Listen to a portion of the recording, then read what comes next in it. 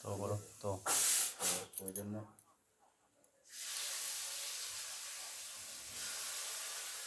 ওটার চেষ্টা চলছে দাদা, অনেকদিন, মোটামুটি অনেকদিন থেকেই চেষ্টা চলছে, কিন্তু কোনো মতেই আমরা আসছে না। ওই জন্যই আমার আসা, না তো আমার কোনো কোনো হদিসই পাই না। চাঁচল কোটের মধ্যে বললাম, চাঁচল কোট চলে গেছে, ঠিক আছে, চাঁচল কোটে মোটামুটি 2-3 বছর ওখানে থাকলাম, ওখানে কোনো হদিস পেলাম না। তারপরে আবার বলতে এসে বলতে মালদা কোটায় খুঁজছি, ঠিক আছে, মালদা কোটায় বলতে এই করতে করতে এতদিন থেকে আমি বসে আছি, ঠিক আছে। ওখানে শুধু একজনেরই, যেটা বলতে দাদুর নামে যেটা ছিল না, চিকিৎসের নামে যেটা ছিল, যে ওই জায়গাটাই শুধু রেখে বলছে দাদুকে আগে রেখে হয়, ঠিক আছে।